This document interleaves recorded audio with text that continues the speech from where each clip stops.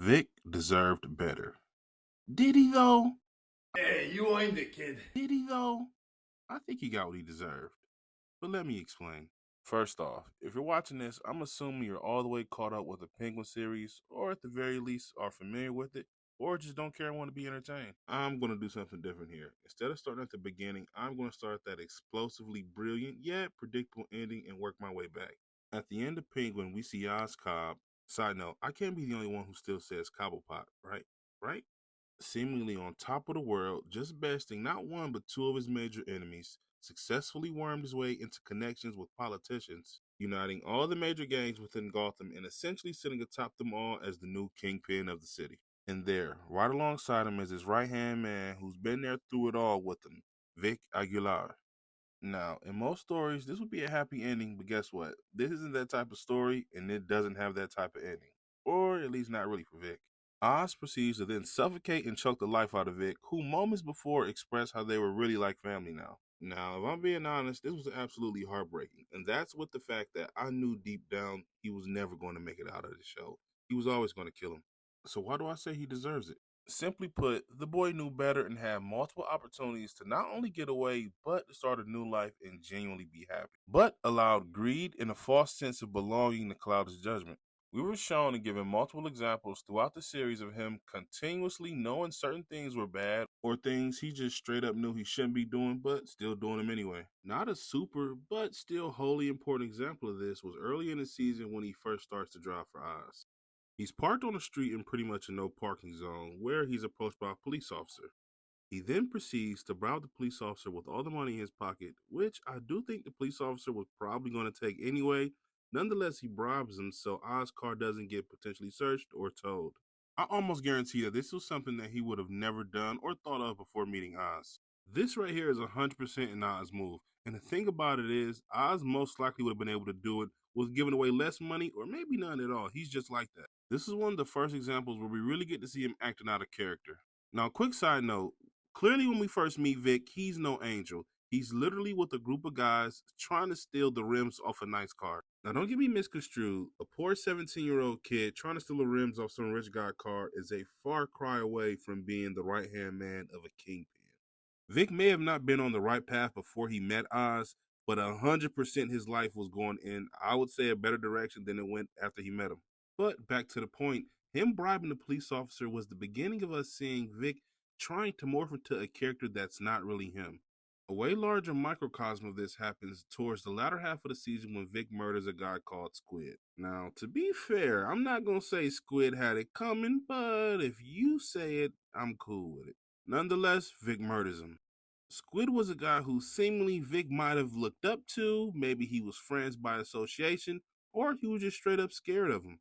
In the flashback, we see that his father warned him to stay away from Squid because he knew that he was into some shady stuff and he didn't want his son around him. What does our boy Vic do? Literally right after the conversation with his father.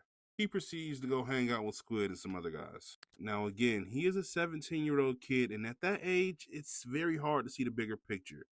But at the same time, he was a smart kid, and I feel like he knew better. Now, to be fair, him being disobedient this time and going against his better judgment saved his life, as this was the moment right after the events of the Batman movie. This played out when Riddler flooded Gotham, but that wouldn't always be the case. He kills Squid because Squid is pressuring him to take him to meet Oz and even threatens to tell Oz's enemies where he's holding out if Vic doesn't do what he wants. Now, again, I necessarily don't blame Vic for what he did, as Squid was 100% the aggressor and was trying to little man Vic and bully him into doing what he wanted. It wasn't going like that. At the same time, it was still wrong for Vic to kill him, plain and simple. First off, in the real world, you don't just off people because you're being hassled, but even more specifically, this world as it is the world of the Batman. We know in Batman, even in the case of the most terrible and vile villains who have killed and hurt so many people, he never kills because that is not justice and would essentially make him no better than them.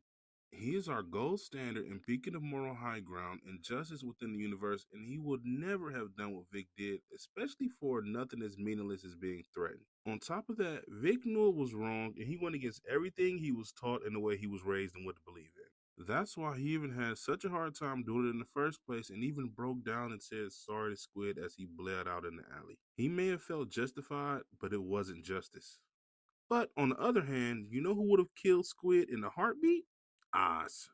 Juxtapose this to hands down the most horrific scene in the series where Oz burns a mother and her son alive together with absolutely no regret and with a smile on his face. He didn't just do something that needed to be done or was taking the opposing chess piece off the board. This was something he genuinely wanted to do and he enjoyed doing it.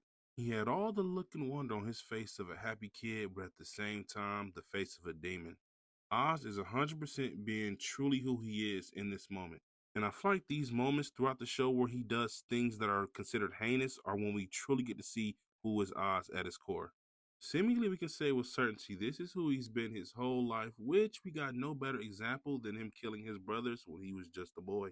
He is not faking or putting on a facade unlike Vic. Vic is trying to force himself to become something he's not, nor he was ever meant to be. He knows all this and knows he's going against everything he learned throughout his upbringing.